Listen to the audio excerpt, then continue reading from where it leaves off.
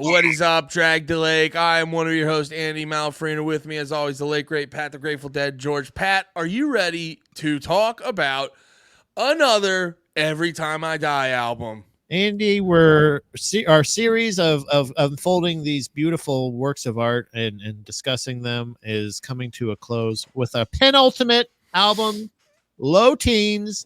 What does penultimate mean? It means second to last. I don't know why they don't say second to last, but I guess penultimate sounds cooler. Yeah, I hate stuff like that. I hate ever since. I hate when you use words that aren't really words. Stupid. Nah, it's. I hate when people. Abbreviate things to zhuzh them up that don't deserve to get zhuzhed up. Yeah. Because it's just like it's the second last one. I don't know what penultimate is, but I really want whatever fucking fancy outfit that word is wearing to get drowned in a lake, and then get dragged in that lake. Andy, this is Low Teens. Great album, not good for even consensual sex. Yes, horrible to hang out with as a oh my god. Don't ask a Low Teen's opinion. as the uncle of a low teen. I love him to death. I think he's, God's gift to earth. God blew a kiss and grew this young boy to who's going to be a wonderful man. But I got to be honest, getting a nephew, it really made me understand why people hit their kids. You shouldn't. Nope. That's a key. If I can go on a quick aside, please. That's a key element of the hitting kids conversation. No one is the anti-hit, which I'm in the anti-hitting your kids. You shouldn't hit your kids. Yeah. But the anti-hitting your kids side of the argument, they never throw this bone out to the hitting their kids, which they would really go a long way. It's really going a long way going, I get where you're coming from. Everyone who hits their kids, I get it. Andy. Just shouldn't. Andy. I love your energy and I love the message that you just brought. But if I could just add just one little amendment to it, you shouldn't hit your kids more than once. You got to save up the one because listen. I Your Honor, I as a Florida boy who was hit more than once. Oh yeah, people who got hit love defending it. They love defending it. No. But I will say the one that stuck with me the most, the one that actually did, and this is maybe it's a trauma, maybe it's a whatever it may be, but it was an effective trauma. And it was the one and only time I ever told my mom I hate her.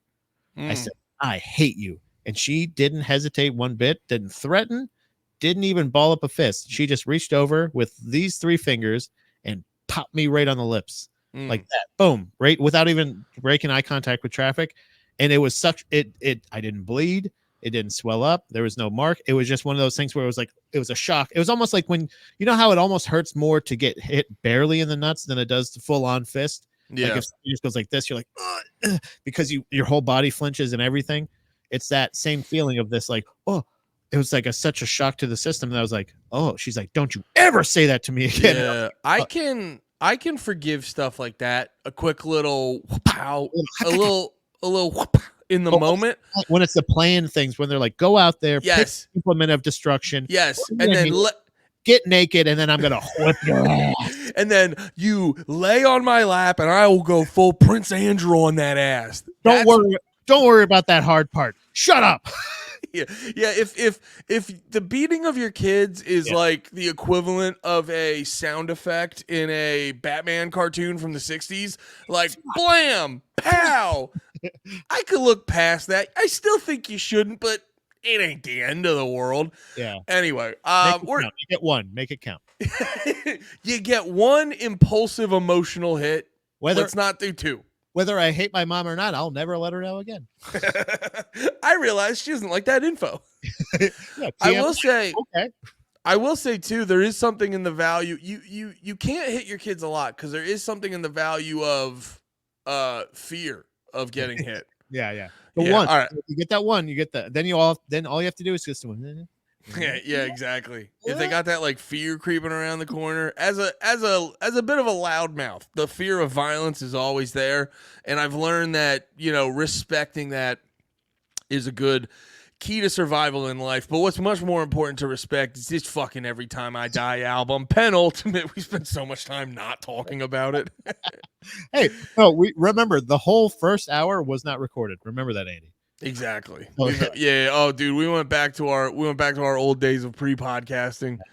But yeah, man, I like this album a lot. I've been saying a couple times already, this does feel like the second disc of a double disc album. You know, if Parts Unknown and Low Teens were one big double disc album, this feels like part of that, because it has a very similar vibe, very similar energy, but also at the same time, it still has its own identity. Mm-hmm. And the reason I say double disc album and not say like, oh, this is like a B-sides, or this is a B-sides of Parts Unknown, because this has its own unique vibe and energy, and all the songs are, from what I remember, all the songs are generally very strong, and all deserve the time of day. Yeah, and also like a big difference with these songs are also titled differently, and also they are different songs. So these are some other. The album art is a little different as well, and also it's probably a different bassist or fucking drummer or something. It's really when they're fucking playing hot potato with those guys. I looked at their wiki, by the way. It's so funny. If you go to Every Time I Die's Wikipedia page and you look at past members or band members, it's like it would look like you're like, what the fuck are these guys? Menudo? What the, like it's like there's like 17 fucking links to members of Every Time I Die. Yeah, they're one of those bands that because on Wikipedia they always have this like bar graph or whatever the fuck you'd call it. Yeah. And bands like them and Dance Gavin Dance, it always ends up looking like a fucking pride flag after a certain point. Yeah, I like that they give Andy dark green and they give Jordan light green, because they're like, the guitars are green. G is for guitar and green. Now I want to see Dance Gavin Dances. Oh man, for how many fucking dude. For regular show listeners, you're gonna enjoy this next episode of regular. Oh my god, we finally get that of Drag Gavin Drag. I think we should call that one Drag Gavin Drag. That's hard to say, by the way. Yeah, Dance Gavin Dance one's very eclectic. Whoa, what happened there? There's like one red, and then it goes down to red. Will Swan's participation just looks like the trans flag. Right here. Anyway, this is an episode about Every Time I Die, not Dance Gavin Dance. Oh no, you saw my searches. You figured out what makes me gay. So this is an Every Time I Die listening podcast. Let's start off with Fear and Trembling, the first track off of Low Teens.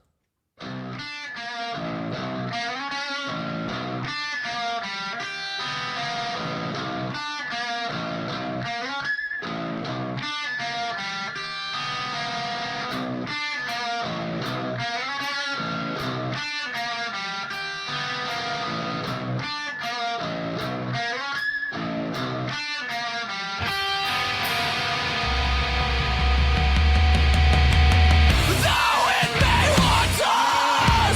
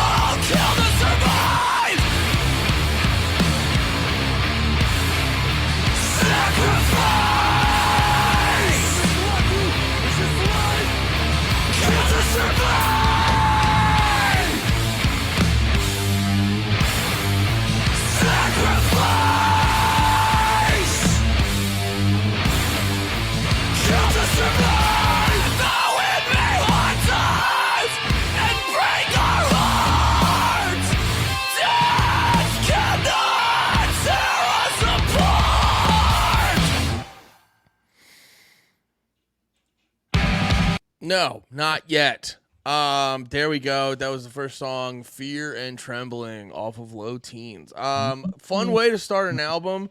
That guest vocal. Yep. I looked it up. Do you know Me what? Love the band name. That is. Wait, let me pull it back up. That is Tim Singer of Dead Guy. I love that band name. Wait, That's a sorry. what?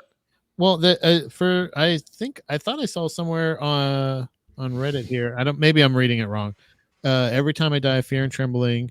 I like it better when Brian from Knocked Loose fills in a guest vocal spot. But I was like, I don't think that's not. Is that? I mean, you could just yeah, dude. You could just hear that's definitely not him. Yeah, I was like, that doesn't make any sense. Yeah, right. I wonder what that's about. I know on Knock Loose's second album, I always forget the name of it, but it's the blue and black album cover. There is a song on there that Keith actually does guest vocals on that album. Okay. Yeah, maybe the dude hopped in. I mean, people on Reddit are dumb. Yeah, they're dumb. Reddit comments are a slightly more honed in but gayer YouTube comments. Yeah, I got you. YouTube comments, you either go, "Oh my god, I'm so happy you provided that info. It's actually made my life better." Or it's just an unhinged mess that doesn't connect to reality one way at all. Yeah, you didn't even have to say that. Like that's yeah, that's a but I will say about this, not only did I write down guest vocal, but also you wrote that emphasized question mark? Yeah, guest vocal? Yeah.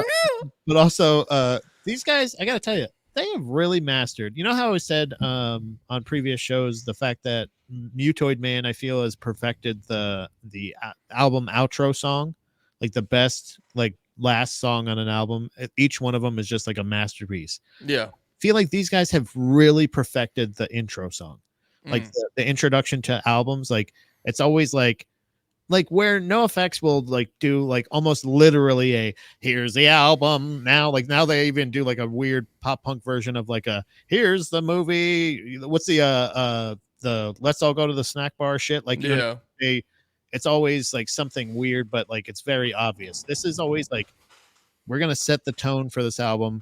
Yeah, it's what it's gonna be like. This is like a perfect kind of like example of what you're gonna get, even from starting with the very simplistic doom. Gonna give you a little slow build. Gonna start off unassuming and then blow up real big. They're bringing a lot of like really theatrical elements to a fucking gritty hardcore song. Like it's fucking like this was really awesome. This is and I remember this mix like in a complimentary way, sounding flatter, like not like but more like I was gonna mention something about the mix. The mix sounds well, I guess that wasn't we'll notice it more actually on like the next song, and then I Didn't Want to Join Your Stupid Cult Anyway, and songs like that, where they kind of get a lot more in depth and a lot more technical and shit like that. But I did think there was a substantially larger amount of clarity in the just guitar tone and shit like that.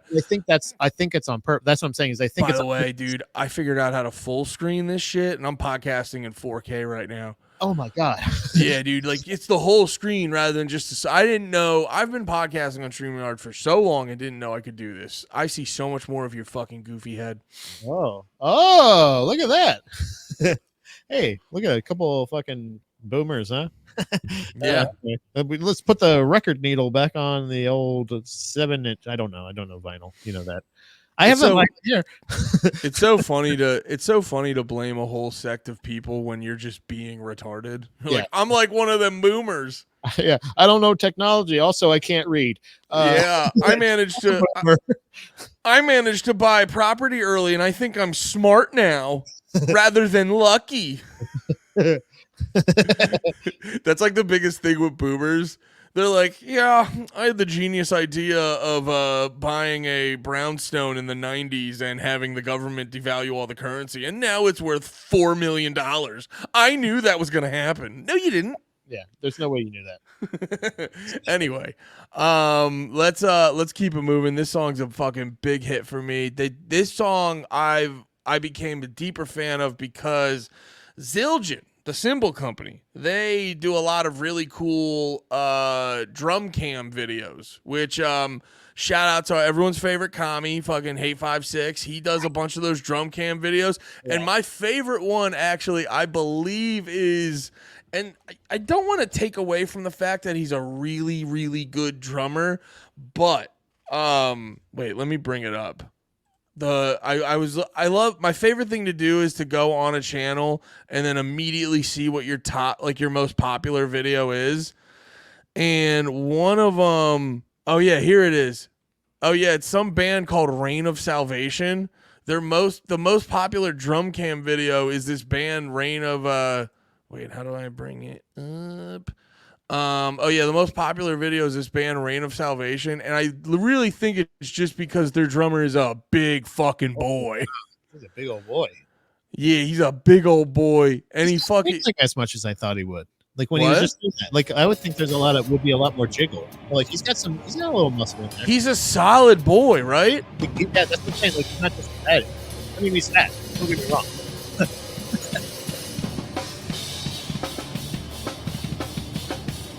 Yeah, and he's shredding. It's a person that looks huge to most people. That is like, and they're like doing a very good thing very normally. Like, you know what I mean? Like he's playing drums, but he's like, it's like he's playing like a normal person. He's doing it like a regular. It's like he's people. It's crazy. That's why they're impressed. It's actually kind of, it's like one of those things where they're like, when somebody like a mentally challenged scores a basketball, and they're like, it's like when normal people do it. It's like literally the equivalent of them like slapping when they, ever seen that video where they're slapping the basketball hoop with a broomstick so the blind kid could get the free throw? Yeah. Like, okay. And then they hit it and they're like, whoa, you did it. Yeah, exactly. Yeah. But yes, glitches. I forget why. I am excited to hear this because, like we were saying, the mix seems a lot better. So yeah. Let's see if there's any more in-depth clarity or anything on this one.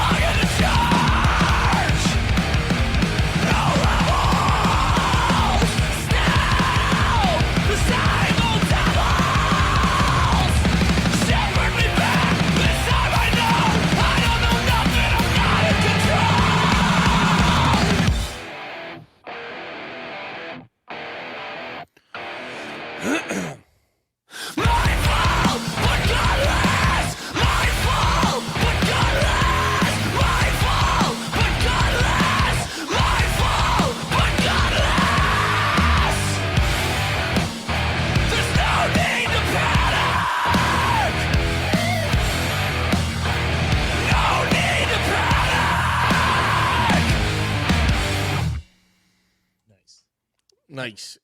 Yeah. You know what? You know what's the big thing that popped out to me? I realized after, because I've spent a lot of time listening to this band and this song specifically, but never like, this is why I like doing these videos, because it forces me to be like in the moment and really fucking pay attention and shit. One of the most simple rhythmic, one of the most simple songs from a rhythmic standpoint, and it never really occurred to me, but like the guitar for most of the song is literally just going, but then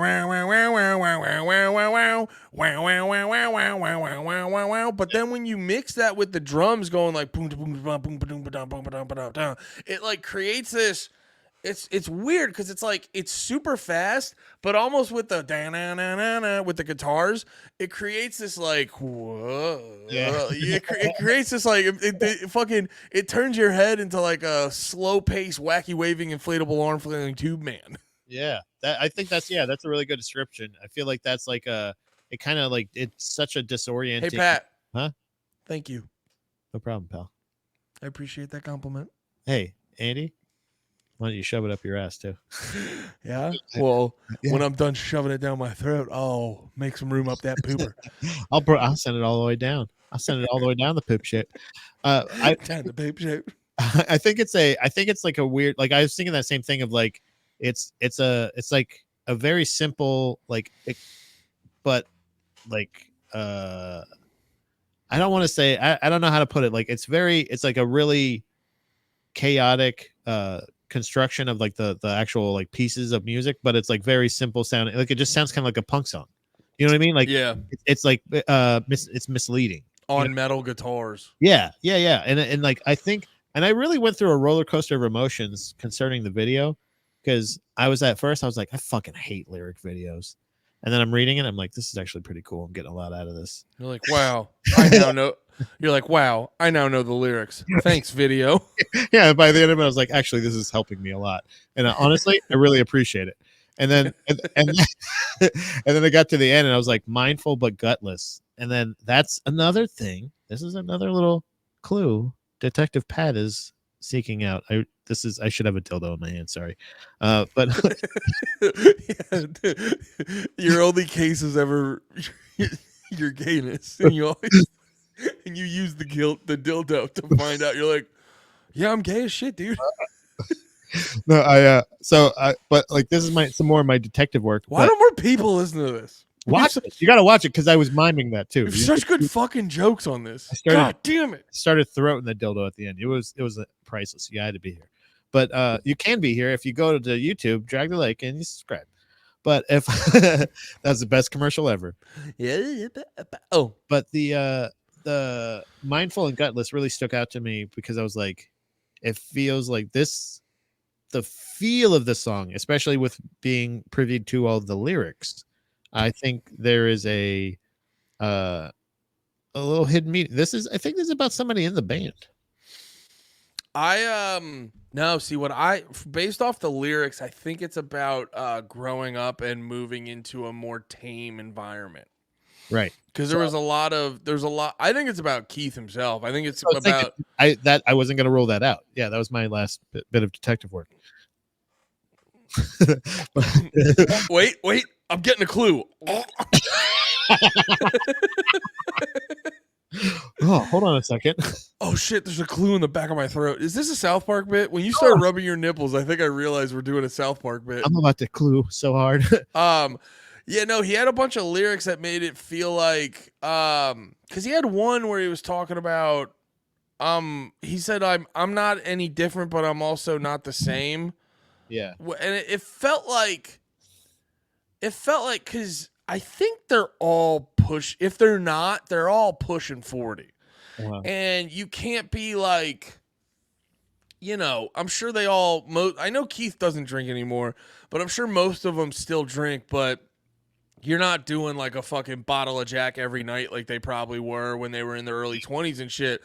So there's this thing, especially when you're in, you're in a cool hardcore band and you got all your tattoos, and there is this probably weird thing where you're like, damn, I got into this to be fucking sick, and it's so hard. Like, am I going to be sick anymore? So there's this thing where you're like, what's the what's the 40-year-old version of this where it doesn't seem embarrassing?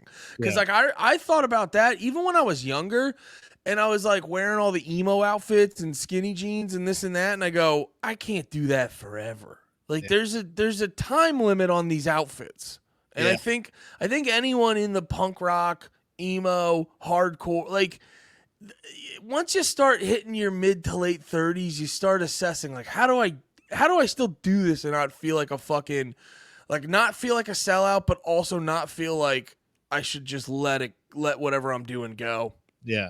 I think yeah, I either way, like I wasn't going to rule out the fact that it could be Keith that's talking about it, but it brought me to another thought of like if like some of these like I don't know how often like the other band members are like hanging out when he's like laying down the tracks, or if they're like, hey, let me look at the lyrics. So like I don't know how in depth a lot of it is, but they hear him doing this song plenty of times. I'm sure by this point they're also using inner ear monitors when they're performing, so they're hearing the vocals. You know what I mean? Like very clear. So I think, like, do you think if and when like maybe one of the songs that we feel is a little bit more pointed at other members, do you think it's weird or awkward when the band does pick up on that shit, or even when it is self-deprecating towards Keith of like, damn, he's really hard on himself. You know what I mean? Or like one of those things of like, what's that fucking supposed to mean? You think I'm fucking mindless and gutless? I mean, I know Full and gutless. I got to imagine, like, I definitely do that. Like, I was joking about it in my reaction for the new Boundaries album, where I go, you're like, after like 4 or 5 songs, you're like, this band rules. And then you immediately want to hit up the lead singer and go, are you good, dude? Yeah, is everything all right, man? Like you, like this seems like now reading it, it seems like whether it be a cry for help or just like a thing where this is a very pointed song of like, Yeah. So I'm sure band members notice the same thing. Yo, I never like thought about it in that way. like you have Yeah. to lay down the guitar tracks to fucking some diss track about you. You know, Yeah. You know what I mean? Like, he always farts on the bus, this piece of shit. You're like, what the fuck? I do that. That's so funny. No, it's hypothetical. It's about Bob. This guy, Bob, this character, Bob. I'm writing. Yeah, you just right. No, this is about Sandy Billiams. Your name is Rob. His name's Bob, dude. It's completely No, it's about Sandy Billiams, and he's not even a wrestler. He does jujitsu. And Sandy Billiams. He lifts weight and he drinks chocolate protein, not the vanilla protein. it's like a lot different. It's It's so actually different. a lot different. Honestly, I didn't even see it until you brought it up. Now I'm like, Oh man, let's keep it moving. This next one is C++ parentheses love will get you killed. And Pat, Yep. this also has lyrics. C++. That What? was my average. No, do your joke. Do your joke. That's my average. C++. They couldn't give me a B, but they're like, you know what? You're doing really good at C. You're doing Hey. really good at C. C's are commendable, dude. I get it.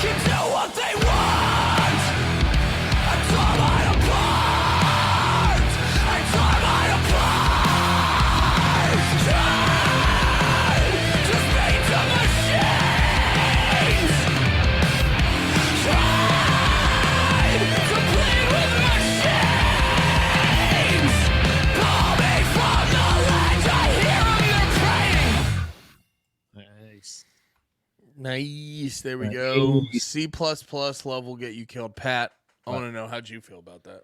I gotta tell you, not loving it. I think I kind of feel like we're only 3 songs in, but it already feels like that song doesn't fit on the album. I will say I forget which album I said this on earlier, but one of the other albums had this same problem where I go, good song, got no business being number 3. Yeah, I feel like this should be like it's a solid B-side. That's a great B-side. If you're adding bonus tracks onto a song, like it's one of those things because it's like weird, but it just seems like, just like you said, for number 3 on the fucking track list, it takes so long for the song itself to ramp up. It's a bold, like it's a literally bold placement. This song stands out to me for that specific part where he goes, and then he kind of just like starts, and it's like, because it's almost like he's getting up, like, all right, let's start the song here. You know what I mean? Like, and it's like already a minute in or something, and yeah, it's just not, as far as like it's not like it's a bad song, but as far as like what we've heard the first 2 songs, just for it to go like, either you got to go ballad there, you got to go full soft, or you got to go full hard again. You know what I mean? You can't go to this bullshit where you're like, let's do a little thinker right here. Like, no, I'm not thinking right now. I'm in the middle of the pit. I'm breathing heavy. Keep me going, or let me have a break. Not have this thing where I'm like, oh, he's going. They're playing fast, but they're this one to me is one of the. Don't challenge me this early. You know what I mean? My brain can't take it. Yeah. This one to me is more of, because I wouldn't relinquish it to B-side. This is one of those songs you put on the album for C++. album what? C++ side, maybe. We have a good time. You want me to shut my camera off? I'll do that. I'm out of here. I'm gonna Thanks, man. Huh? No, that really that really made it better. That's good. Wow, no, I'm hanging myself behind here. I couldn't pick which violent description of your I couldn't pick which violent description of your death I wanted. I just couldn't pinpoint it. I just saw you suffering. There were so many options. They all looked beautiful, and I couldn't pick one. That was a good one though. C++ side. That was horrendous. But no, for me, I wouldn't relinquish it to a B-side, but this song to me is like, you don't play this one live, you throw it at number 8, and it's a good transition into a little bit more chaos on the tail end. Tuck it back there for the nerds that go like, actually, C++ is my favorite song. All right, now you're adding the extra pluses. Did I add an extra one? I didn't. You're trying to normalize that dog shit joke. It was good. That was a good joke. Because the B-side, C is after B. All right, so this next song is entitled B minor. This is entitled B minus minus minus.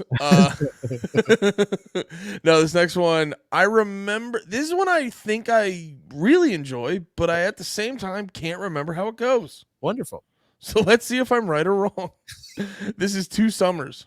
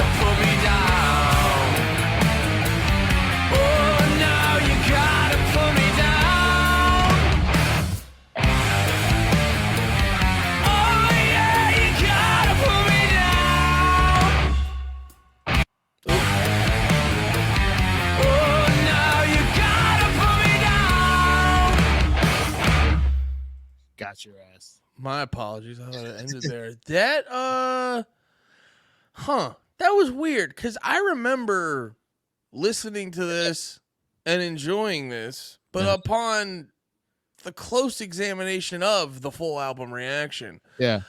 it's a little boring. This one right here, It was a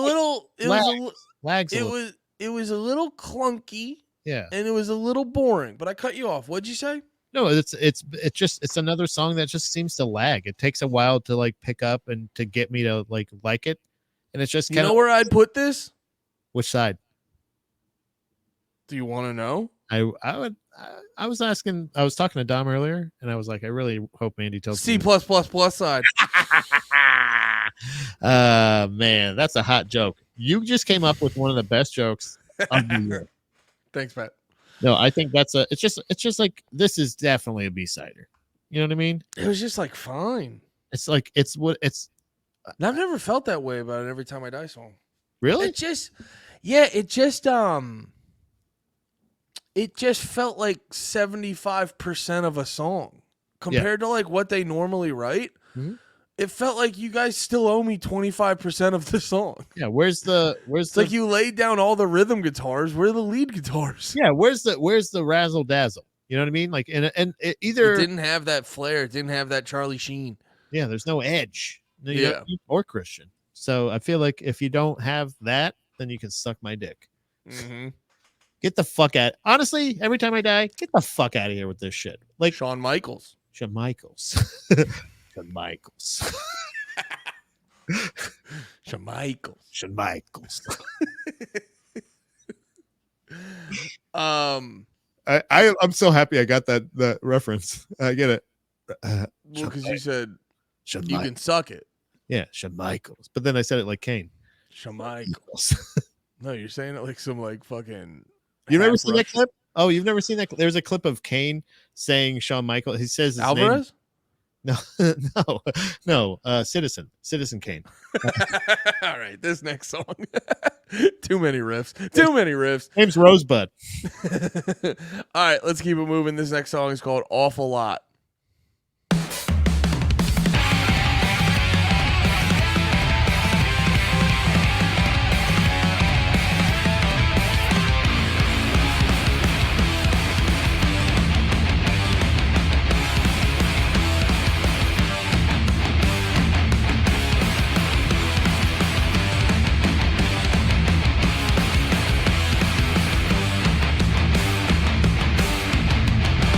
Explosion!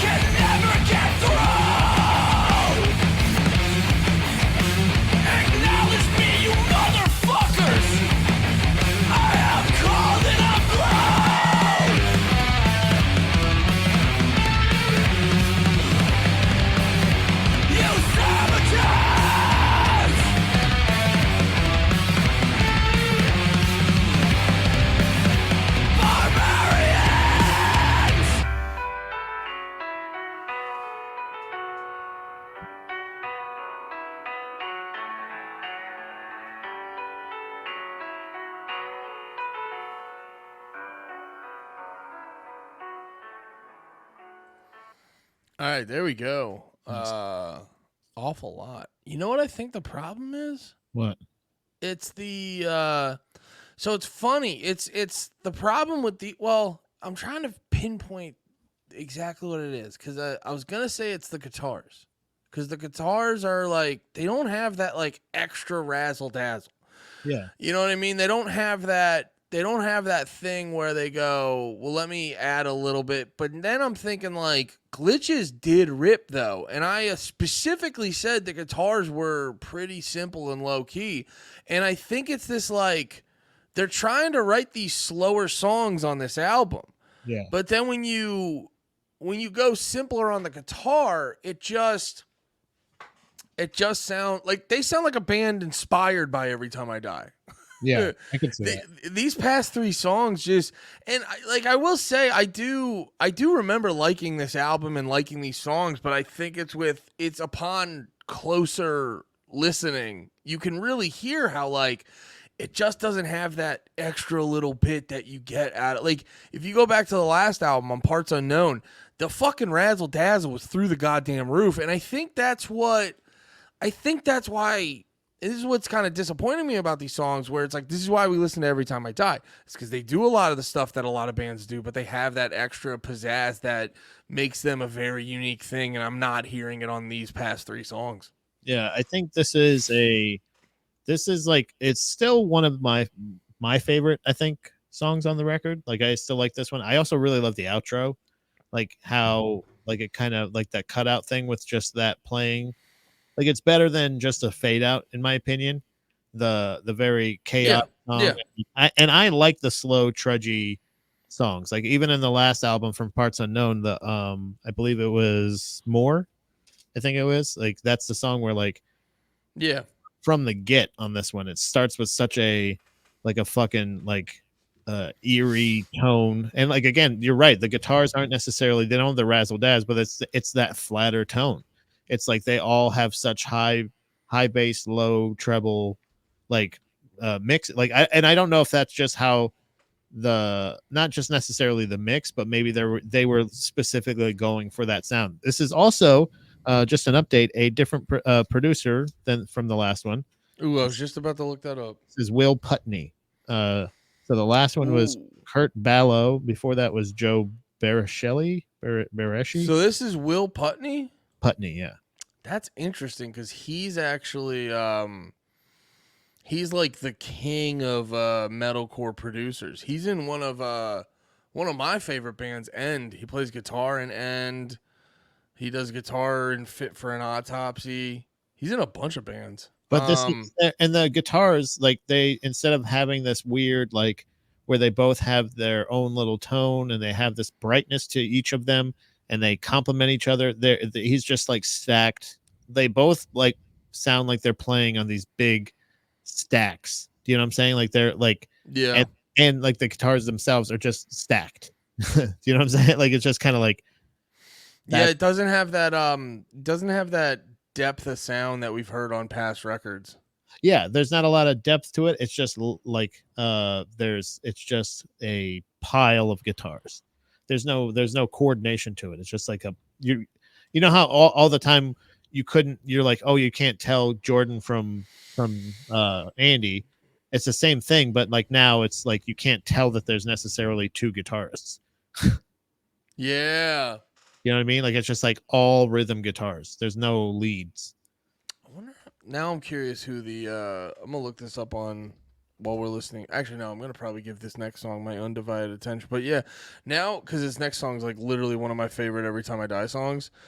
But now I'm actually really curious about producers on past albums. Yeah. Because yeah, dude, I haven't been listening to that, but yeah, one of the unique.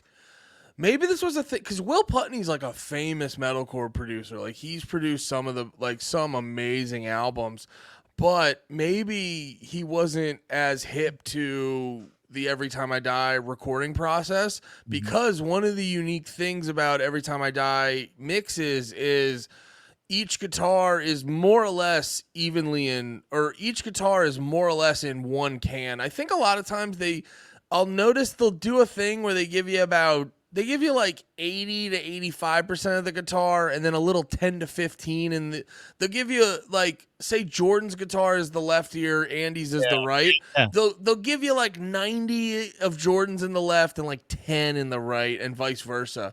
Maybe this is a team building exercise with the producer. They're like, you know what? We're all one unit. We're all going to sound exactly the same. Yeah, maybe. Bass, the guitar, and as well as the other guitar, all of you are going to have the exact same setting. Yeah, maybe. All right, let's move this one, or move to the next one. This one of my favorite Every Time I Die songs. Actually, it isn't. I have a playlist of songs I eventually want to learn on the drums, and this is one of them. It is called "I Didn't Want to Join Your Stupid Cult Anyway."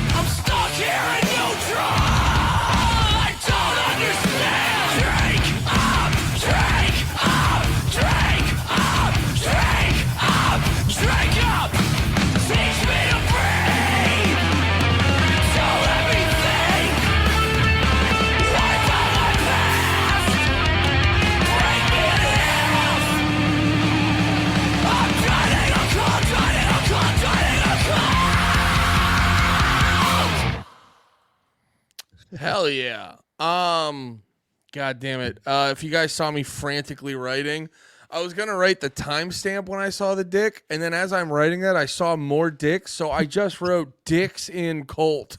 Yeah. I wrote down the timestamp, as well as these guys love putting dicks in their videos.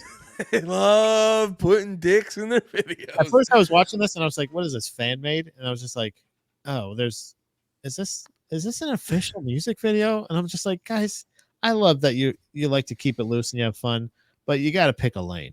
Are we loose and fun? Or are we very well produced? Because this is frustrating. You didn't like that? I do appreciate it as far as my I'm surprised of lyric videos earlier. I will say this is a better lyric video because there was tits and dick, but can overall, I say this, Pat? This does seem inconsistent with things you like. I thought you would have gotten much more of a kick out of this. I did. As far as overall, over a regular, like the other lyric video where they try to make it look all cool and then lines and shit. Like this is more to their style for sure. But it's also like at first when it looks totally, these guys are all about the slow build on this album. Everything is like, hey, look at all these weird memes, and all of a sudden, oh, now there's actual pictures and real life concert footage of us in 4K, and you're like, all right, well, so you guys, there's somebody at the wheel here. It's not just, I think your problem is, huh? I think you're trying to add order to a crazy world with this video, because I can hear it where you're like, what are we doing? Are we doing memes? Are we doing concert footage? And I think that's what's going on. We're doing memes. We're doing concert footage. We're doing everything. There's like a picture of Kramer, and then there's like tits, and then there's a picture of like some of the things are referencing what they're talking about, and then like when they're like literally to the point when they say token hand, like they show a picture of the character Token from South Park, and then a broken hand, and like and then other parts where they're saying like the interpretation is a lot looser, and there's like it's not consistent enough for me. Like sometimes it is just goofy footage of them demolishing something that doesn't go with the lyrics, and then there's other times where it's like, oh, I'm joining a cult, and then like and there's there's a cult, there's another cult, like I don't know. I just it's just a little too much for my brain, but that's obviously that's on me, not you. Yeah, what? Not you. Oh no, I'm perfectly fine with what happened, but I appreciate your Are concern. you frantic? You panic when you see dicks. I celebrate them because I have to edit it. Nah, retard. They're on YouTube. We're there already. We're recording. Nah, they got an artist clause. We don't get to put dicks in our criticism. We're artists. Check my Instagram. It says it right there. No, interesting. Yeah, I don't know. I enjoy the general, because like it's hard to explain, because like Every Time I Die has some of these fucking videos that are just it's weird. It's like it's intentionally chaotic. It all feels weirdly on purpose. But also, yeah, it just kind of goes against anything. I don't know. There's something about the energy of this shit that I fucking appreciate. I wish I had the words for it, but there's this yeah, I don't know. There's almost like this weird, it's like there's this weird confidence in it. It's just like there's this weird confidence in the fact that it's like, we will make our whole video memes, and not just memes, but like old school style memes, letters on top, letters on bottom. We will show dicks. We will show all this. There's this weird abstract confidence to it that I fuck with. But it's like it's abstract. Like so, like sometimes it's like a weirdo playing guitar, and then sometimes it's just like an old picture of Andy, and you're like, all right, well, I don't know. I guess like that's the part where I'm like, if it's like all scrapbook shit from like the past, and you do something like that, that's cool. Or it's all memes, then you can do that. But when you're mixing it back and forth, it itches my autism a little bit, and it just kind of I just don't. It took me out of the song a little bit, but listening to the drums in particular, pointing that out beforehand, it does sound like it would be a really fun song to play. Yeah. But honestly, the video guys do better. No,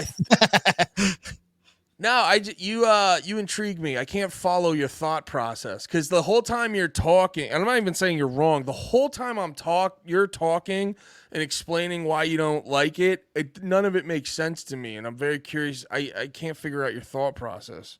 Like when, like I said, like there's like silly, like you said, like, all right, hey, we're doing memes, and you're like, all right, cool. The video is going to be just like is it because the theme's too broad? The theme goes back and forth between like you're showing like real life pictures of you guys having fun from playing guitars and stuff like, and then sometimes it's just some weirdo, some rando playing guitar, and it's a meme thing again, like going back and forth to that. Like the Can I say what might be your problem?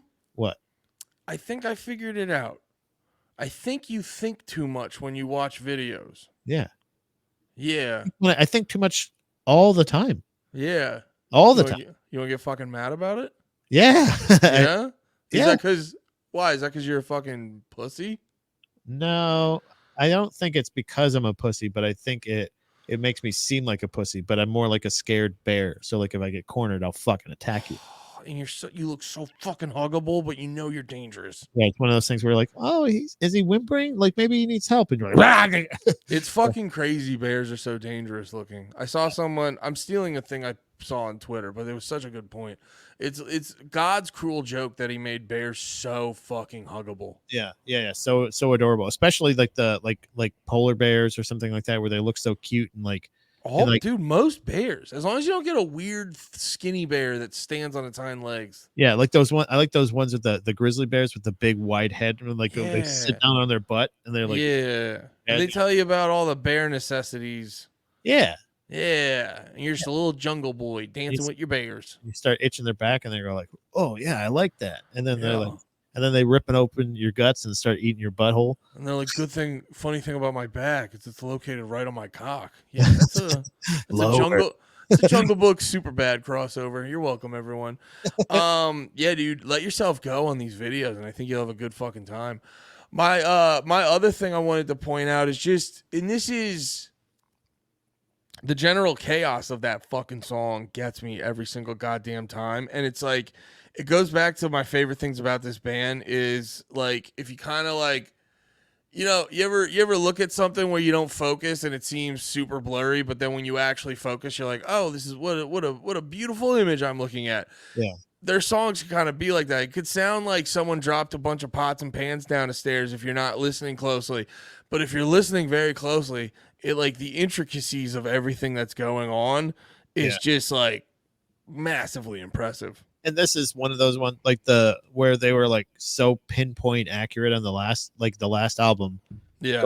Going from like the slow parts to the fat, like transitioning back and forth like into these like very interesting parts that are like, but they're synced up perfectly. It kind of goes back to that, like where they're like the slow, like the slow downs, the speed ups, like in general were like they were very quick. They turned on a dime essentially. Like yes, that's the best way to put it. Yeah, like out of nowhere, because they had like a couple of sleepers. They had a couple where they're like, okay, yeah, we're gonna play this, and then the chorus, and then the bridge, and this one where they're just like, fucking, yeah, and then we go this way, and we fucking, yeah, like you know, like. Let me ask you this: What's up? You man? Think Pat George?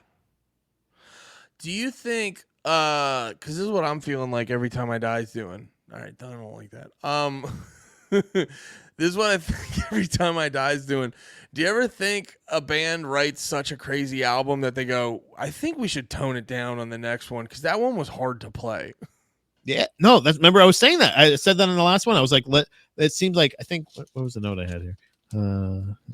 Kill the No, that's not on there. It was essentially they each one of the songs were like, let's make this like the hardest songs in the world to play. Yeah. And then when they have like the slow down ones, it's literally just giving them a rest to like, so either those first two songs are very hard to play, and that's why they needed like 2 song breaks. They're like, if we play this in order, we're going to need a big break right here.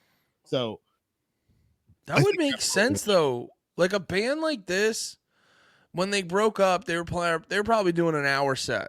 Yeah. And if you think about it, like some of the songs that they play, it's actually probably really smart. Like, why don't we intentionally work in a couple songs that are easier to play, but still kind of rip just so we can give ourselves a rest?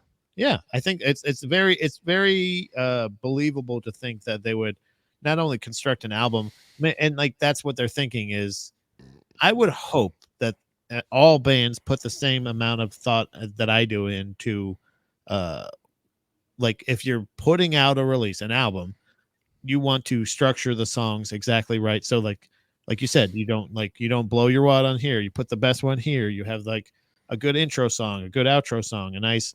If you're gonna put a interlude, have it at least not be super boring or super long. You know, any of that stuff. Like you structure it to play from start to finish, but also each song would work individually, so you can play it live. You don't have to play it in that order. Yeah, for it to make sense. Yeah, but like every time I die, definitely. To me, kind of dropped it, at least that on this one, because they had 2 of those where they're like really lagging, but they picked it right back up here. Mm-hmm. All right, let's keep it moving. I'm choosing next, not you. What? The next song, not you. I choose that we're going on to the next one. Okay. Thanks, Pat. I appreciate your. I have the power. Thank you. You have the mouse, but I have the power. All right. So the next song that Pat wants to pick is "It Remembers," and is featuring the most famous. What's it? Fuck. He has one of those weird sexualities that's made up. Pansexual. Yeah, I think. That's what that is. That's bi. That means no. It's pretentious bi. You know what pansexual is? It's pretentious bi. Actually, I fuck anything. No. It's not. That's giving them too much credit. It's way cuntier than that. What is it? It's I'm attracted to personalities over, and you're like, You're like, shut the fuck up. So what? You want to fuck Keith or something? What's going on? You're like, no, you like pussy or dick a little bit more. Yeah, you're not attracted. So how many personalities have you put your penis in? Stupid. Zero. Yeah. You've either done a butthole, a mouth, You're or like, ooh, a vagina. oh, they've read Shakespeare. I'm bricked up. I'm stimulated not just sexually but also intellectually.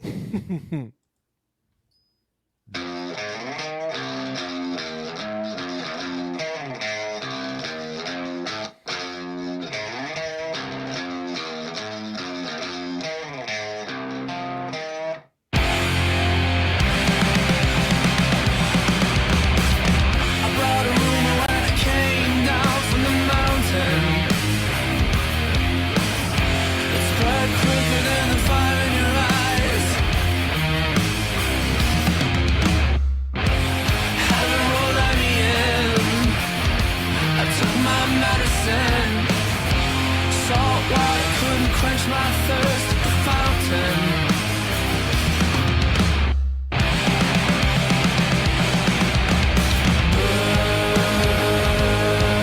Burn slow. There's no rush. You're right. Always right.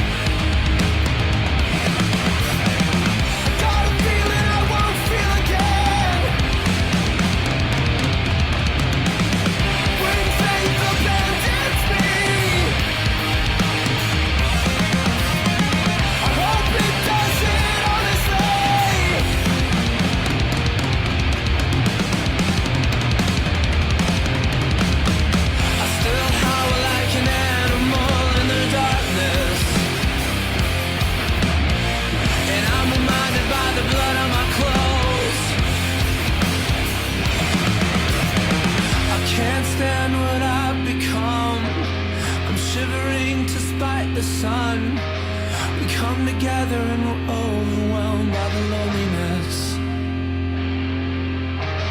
I want oblivion all the time. I want oblivion all the time. I want oblivion all the time. I want oblivion.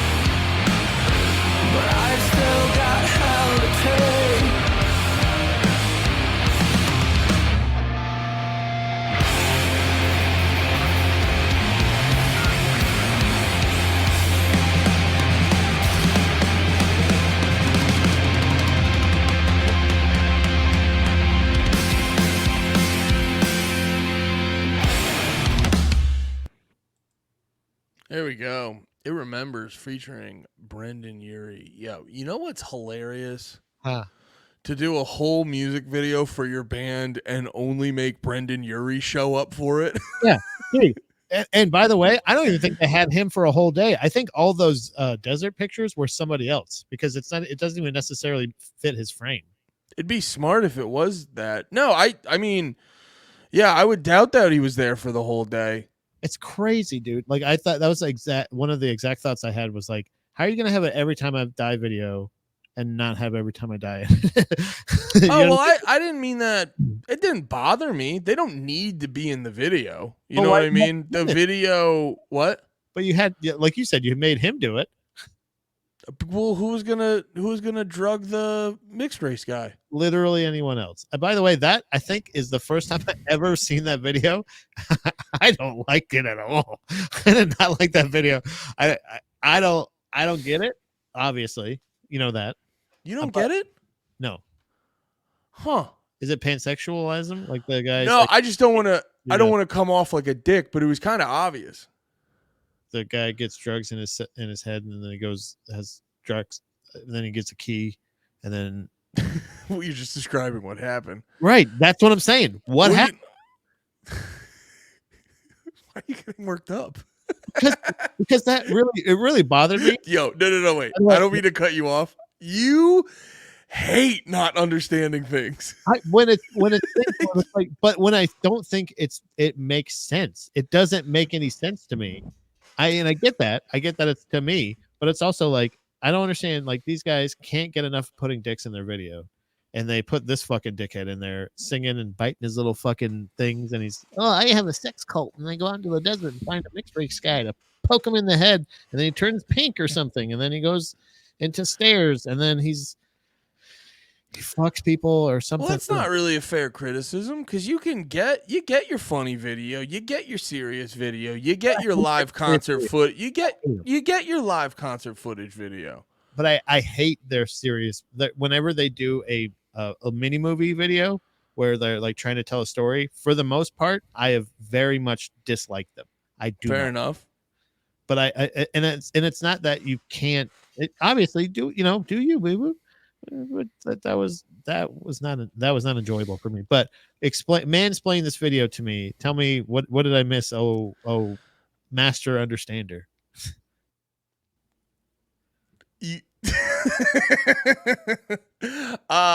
Well, I will explain what you didn't catch on your first viewing, which led you to be furious. Just fucking worked out. No, the lyric that's this. You're not making any of this fun. This is not fun for me. Oh no, what? No, my end of this experience is poor. I wouldn't even give it a C++. My end of this experience is very poor, Pat, and you're not helping it. You haven't even explained it yet. Yeah, but why would I wanna? You're being a scoundrel. You're upsetting me. I want to hear it. No, you don't. Yes, I really do. Because I truly don't believe that I don't know if there's something to get. That's why. Yeah, exactly. Please explain it. I don't understand. Wait. You don't think there's something to get? Keith Buckley with the deepest lyrics of all time. You don't think they took a second to think about to include something to get? No, there's no. You did watch the video once, so I think you have enough. Yeah. You have enough information to make that assessment. But seriously, what? Well, okay, I will take back. I was being a little bit of a scoundrel. I'm not going to sit here and go like, "Oh my god, it's so fucking hot." I was kind of busting your tiny little balls. But no, it was the lyric that pops out, I want oblivion all the time. I want oblivion all the time. Like I think Brandon Urie's supposed to represent, I don't know, like a fucking devil or something like that, and he gives this guy that shot that sends him to this place of pure pleasure, but the regular world that he was in was giving him stress and chaos, but then the pure pleasure one, which you kind of extrapolate and bring that into like everyone else's lives. A lot of people go through the day. I know I used to be this guy with this mindset where you're trying to focus on like, I just want to have a good time all the fucking time. And I felt like they showed with actually at the end of highlighting it here too at the end of the video where the fucking that like passageway into the pure pleasure area was on fire and shit like that. I think it's also it's where when you're in the shit of real life and you may think you want all that pure pleasure, all the pure pleasure will also lead you into a crazy mind space where it is also that you may realize that that's also not preferable. Okay, so the thing of like. All right, so in the metaphor, he's going through the desert and he's lost. That represents just regular life. He goes to see the sand guy. He gives him a shot to the head. Why the shot in the head, then the throat? You know what I'm saying? Like that, like, and then Okay, I'm just saying, like that. It's No, you're overanalyzing that. no. shit. Listen to me. Listen. I would think that the more concentrated dose and the more concentrated experience, the thing that would affect him more would be the head, and that would be the ultimate version, the finale, the thing that got him ultimately hooked, that ultimately made him die. Right. So the throat seems like it would be the introductory. Here's how we start. Do you know what I'm saying? Like this seems a lot more intense than this visually. Like that's what Throat would get it in your veins more.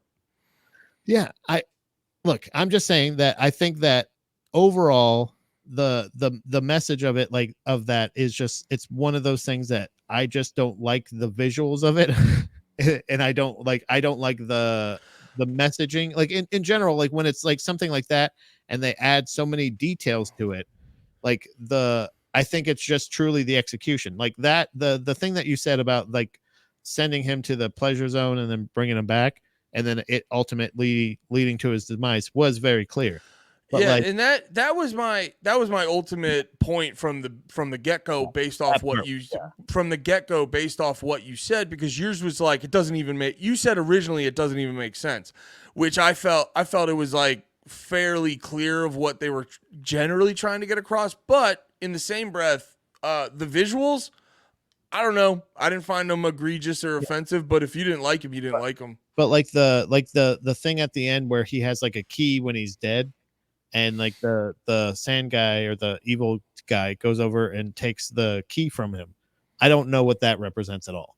Like, so like it's like details like that. They very much put in details. Like, again, the fact that he gets the first shot in his head, the first shot in his throat. Like, if they're making these particular details in the execution of the art as a visual medium to convey a message, those details are lost on me because they don't make any sense. The overall arcing theme of somebody that needs help getting the wrong kind of help and actually valuing that, it could mean drugs, it could mean excess sex, partying, anything like that. It's very, those are the vague overall thing I do get, but and the wanting oblivion all the time and stuff like that. But the fine points and the details that they have in there just feel like wasted modern art. And that's and you know me in modern art, I'm not fans. Yeah, I mean, but also too, maybe you just need to take a little bit more time to think about it, because it does sound like you're like, first go, I didn't get it, so it's not good, it doesn't make sense. Because now as you're talking about it, and I'm actually taking the time to like, well, what would be the response to what Pat's saying? I mean, you know, he gets it in the head first. That could be like your brain taking over this situation, and then, you know, later he wants it back and he gets it in his chest. That could be the heart. You know what I mean? Like, your heart is sending you to these things. And then you said the thing with the key at the end. I don't know. The key could be like if Brendan Urie may be representing the devil or whatever, who's trying to mislead this guy, he could be like, here's the key to happiness. And then, because that's like that's apparently, from what I've gathered, like that's what they say the devil does, is he doesn't cause the problems. He tricks you and guides you into causing your own problems. So it could be like, here's the key to it, and you're like, oh, thank you, now I will use this key. And the devil could be like, haha, you used the key, now I'm going to take that back to go fuck over someone else. Okay, yeah, like, and that's what I'm saying. It's like stuff like that is not as obvious to me when it's stuff like that, innuendo and things like that. I think a lot of times, I think people, not necessarily that just Every Time I Die is guilty of this, but overall, I feel like a lot of bands try to do so much to make it look so fucking cool and artsy. And I'm like, why do you have that? And it's just like, well, it's because it's the aesthetic. And like, and I always get that response. I really do always get that response from people that are like, you just don't fucking get it. Or it's like, you don't understand. Like, but I'm telling you, I don't fucking get your art. Like, that's not on me. If you paint a painting and it doesn't get the reaction you want out of me, that's not on fucking me, dude. That's because your fucking art didn't convey your message properly, stupid. Like, so like that's the thing of like, I get defensive about it for sure when it's just like one of those things. I don't see that at all. but that's one of those things where you think I'm being combative to you, but I'm really telling you, hey, your visual medium didn't work. And I'm like, and you're like, well, you just don't get it. Like, and I'm like, yes, that's what I'm telling you. Well, hey, whatever guy from your childhood you're fighting with, I think he's wrong. Okay, thank you. And I'll let him know. Tell my And- music teacher that my fingers aren't too small to play bass. I can play bass. and hey Pat, if Huh. you don't get it the first time, that's okay. Maybe you need to watch it a second time. Maybe I need to, or maybe I don't need to watch it again, and I can just enjoy the song because I like the band. I don't like the movie makers every time I die. I like the band every time I die. I want to go see them play. I don't go like, hey guys, I just came up with this interpretive dance for the song. Like, all right, well, I'm gonna close my eyes during this one, okay? I like it. Hell yeah, dude. All right, well, Like sound, not visuals. all right, man. I hope you figure out whatever that is. But I'm sorry. Did that come off condescending? I was trying to. Me, and then you go, what the fuck? You're not making this fun. You hurt. What? You hurt my feelings. Okay. I was trying to be silly and it came off wrong. And I only did that. You're not making this fun earlier one time. You're acting like it's been the whole thing. It hasn't. Again, and now it's growing into a flower of hate in my heart. All right. Well, I don't fucking like flowers, so I wouldn't grow that. That's on you, dude. Okay, well then I'm gonna drink some fucking plant killer, and I'm gonna take care of the flower. Nah, I wasn't trying to come at you. It was the level of anger the video not understanding the video caused you was fucking hilarious. Yeah. That's But- really the Also because it was like so close to that other one too, the one that the fan made seeming one that made me feel that really triggered me in that one. It's just they're not hitting me with the visual mediums on this one. Yeah, no, why you get mad about things is fascinating to me, and I'm gonna dissect them. And don't take it personally. I'm sorry. Hey, Pat, sorry you're fucking fascinating. Hey, you know what? I can't help it, Andy. It's just who I am. Woo! All right. Let's keep it moving. This next song is just a fucking song. Don't worry, hot rod. We got Pedal. A++.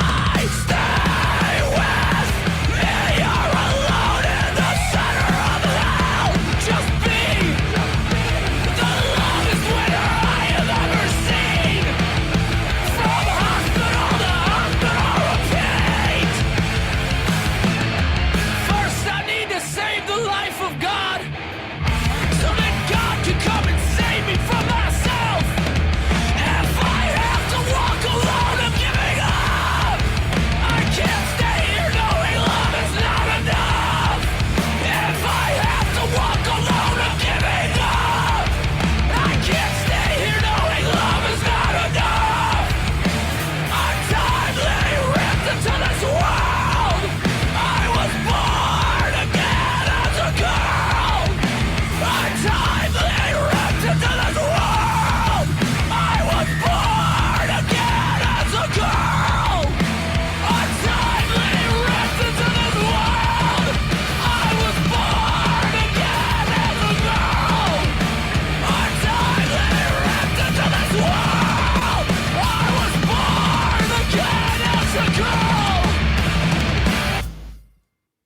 There we go. Pedal. I kind of wish the other slower songs sounded like that. Yeah. Like that had that extra pizzazz that I was missing on those earlier songs. This is another bathtub banger by fucking Keith Buckley. I'll tell you what. This is Wait, what? a bathtub banger is a new category of Every Time I Die song where they are the most emo sounding lyrics with the most brutal fucking like breakdown. I like that. If I have to walk alone, I'm not sticking. What is it? If I have to walk alone, I'm not sticking around or something like that. Mm-hmm.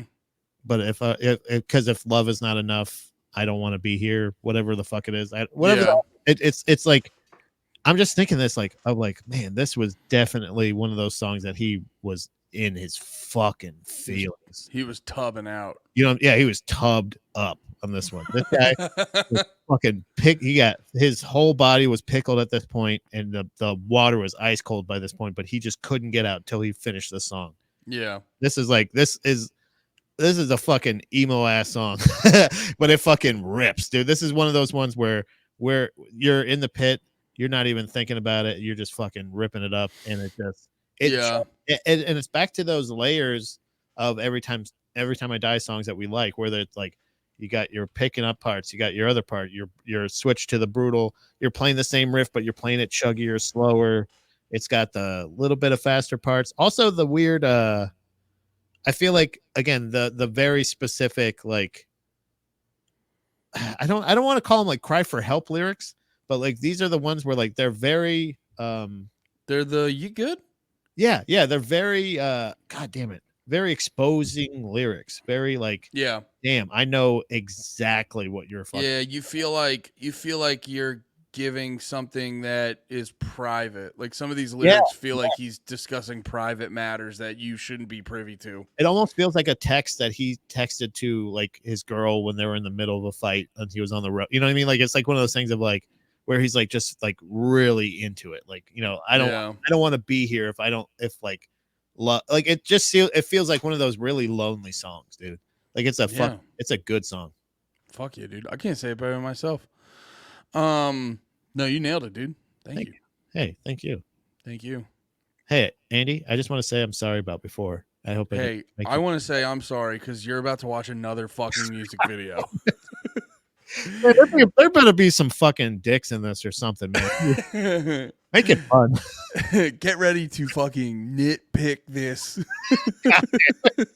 and then not understand it and get fucking furious. All right, be a little less prolific, will you? I just realized that's what you did on It Remembers is you nitpicked it aggressively and also screamed about how you didn't know what was going on. That's so funny. I thought I got you guys, but you guys are too deep. Shut up. All right, this is the Coin Has a Say. I feel alright, but I'm buried alive. Nothing's healed, just covered by time. I wanna pray, but I think I'm possessed. Constant cardiac arrest. I'm standing in the way again. I can't see the road ahead.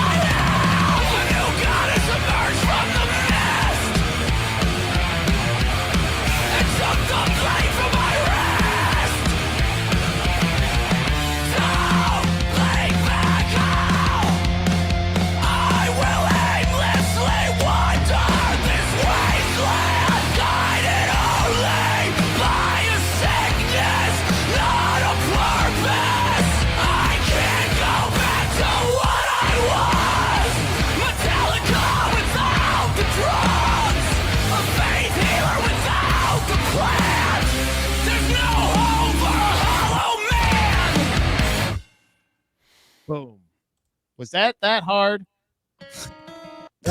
What? Was that hard, guys? I mean, really, you did it.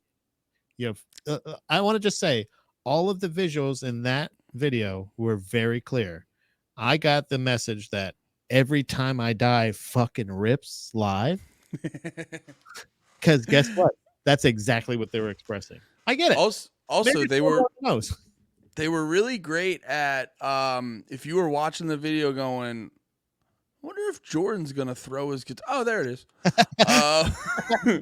Hey, and then they're going to be shots of Jordan playing. Oh, there it is. Yeah, he's And playing. then- Crowd. and then you wait a good 1, 2. Oh, there it is. Yeah.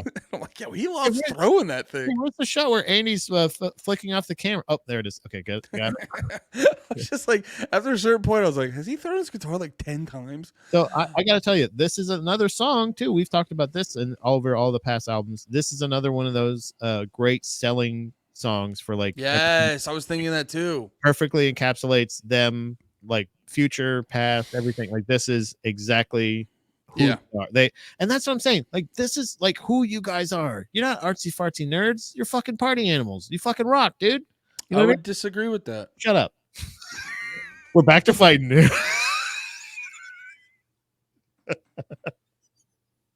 I respectfully tell you to shut the fuck up. Oh God. No, see, I would disagree with that. Now I'm not saying I'm not saying That they're was a classic Pat exaggeration. I agree. Yes, I'm on your side already.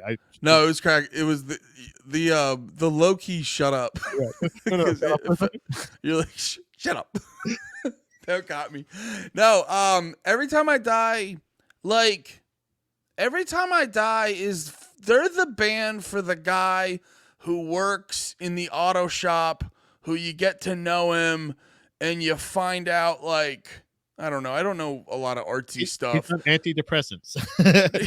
Yeah, but no, you're like, you guys start talking about bands and you find out all these rock bands he likes, and then you're like, yeah, but I'm also kind of really into old Between the Buried and Me. You know what I mean? Like shit like that. Or he's into fucking weird artsy films and shit or he's it's that they're the band for that blue collar guy that's a little bit deeper than what his exterior would suggest. He's the mechanic that plays in the band Animals as Leaders. You know what I mean? And he works also at a Jiffy Lube.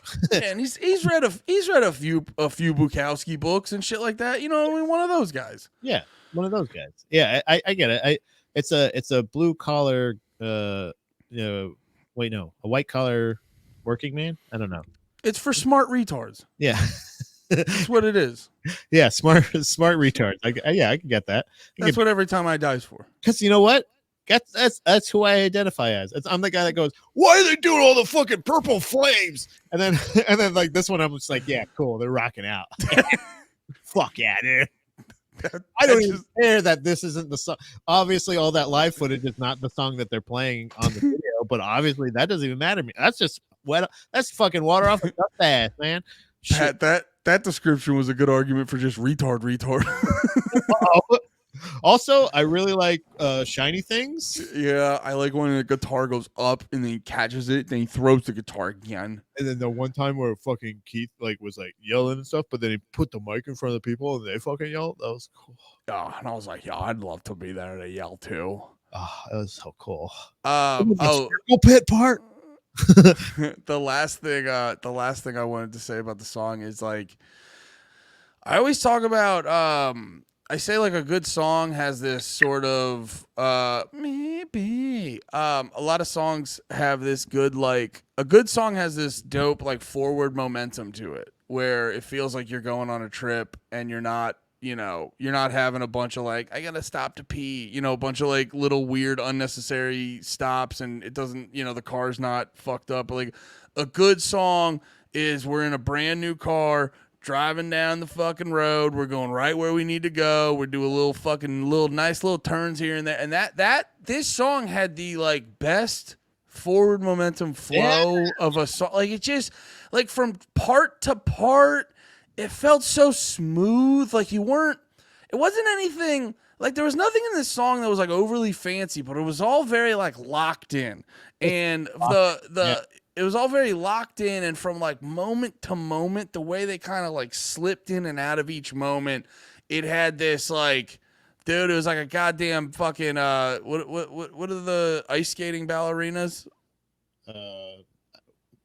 Ice arena. It felt like a nice, smooth ice arena. The San Francisco treat. And no, it's just I forgot how much I fucking like that song. I haven't listened to it in a while. That's for usually the songs that are singles that come out for these releases or something like that, they end up being the ones that like even going back and re-listening to the songs, I'm like, all right, I get it. You know, like even like I love Underwater Bimbos from Outer Space, all that other shit. Like, but it's like I still have been like, I've heard that song way more because when they're coming out with a new album and you get excited about it, you listen to that over and over again so that when the album comes out, you usually skip that one. This one, not skippable.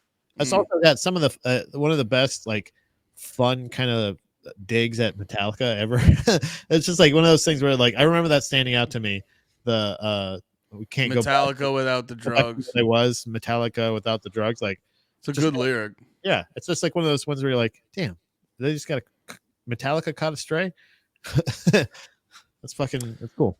Yeah, all right, you understood that. But visuals again, I just want to reiterate the visuals in that last video, very clear. I got the message on that one, very clear. All right, this next one is Religion of Speed.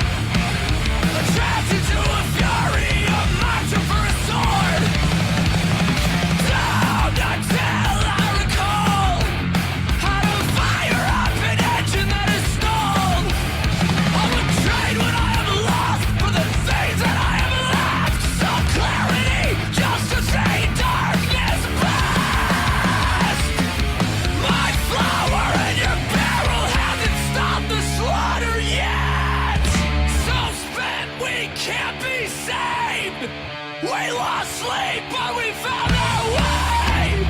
Sharpen your axe against the road. Don't hold out hope. Such courage pulls us down. We ride on. Such courage pulls us down. We ride on.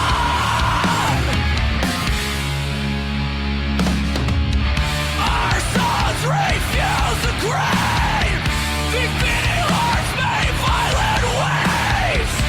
Push the pedal right through the floor. Want so much more.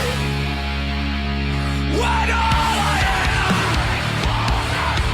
is a stone that says the name I had in the years that I had been.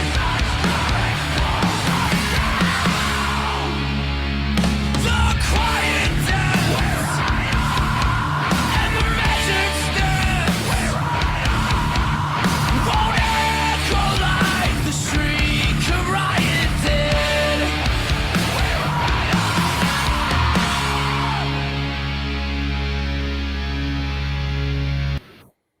Hell yeah. Religion of Speed. Pat, how'd you feel about that? Dude, that is maybe of all time, but definitely for sure of theirs, one of my favorite choruses of all time.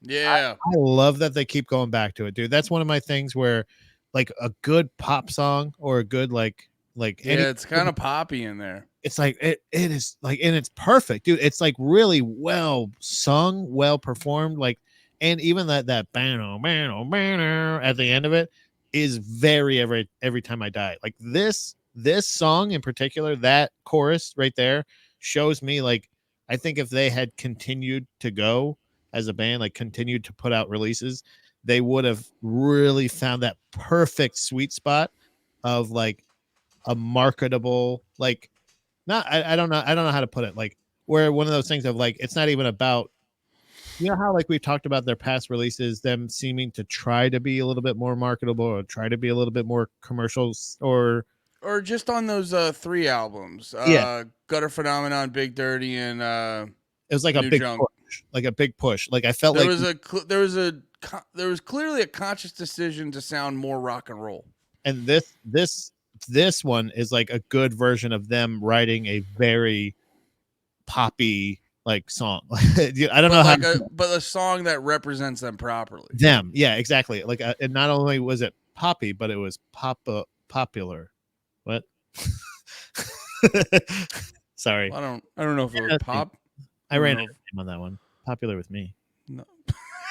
Well, that's all that matters. What'd you think of it?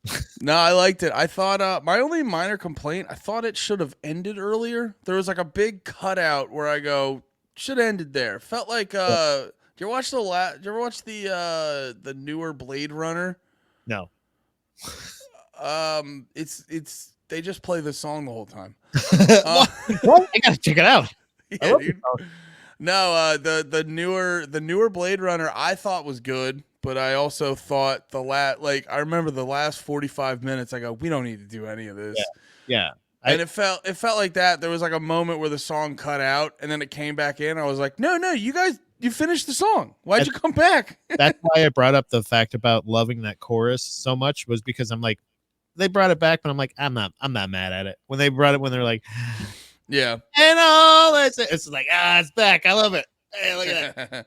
Yeah, no, I liked very similar flow to the previous song, Coin As to Say. Just with that tempo is real. Sounds like real good fucking driving music. That song, I haven't listened to that one in a while. That was a good time. Sorry. All right. I agree. I thought it might have been far enough away. Nope, right on it. This next one, Just As Real, but not as brightly lit. Craving up a wall of glass. I'm entirely made of sand. Lurching on feeding back what the canyon was, the canyon gets, and the canyon crates. An apology and a pound of flesh. Thought I felt, thought I saw, thought I knew. So much shit.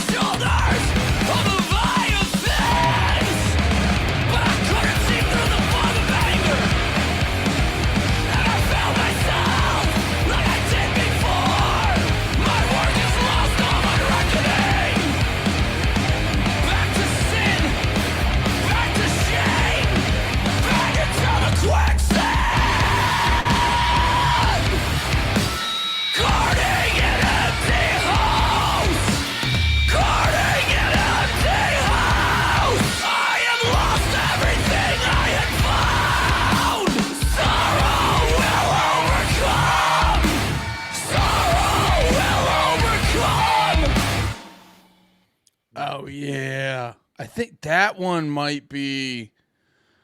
Oh yeah, I think I fucking love that one. I forgot about that one because I remember that would be one. I'm pretty sure. No, I'm not expressing myself because I'm in a genuinely good mood now, and it's hard to express positivity instead of negativity. Negativity can be very clear and concise. Positivity, I don't know how to express that. Fuck you. What? I said fuck you. Hey, thanks. You were right. Hey, thanks, bitch. Dude, that song put us both in super giddy moods. That was a good song. Dude, it was just like, it felt like you were driving. You ever see, dude, where's the graph? Oh, I got to pull up this graphic.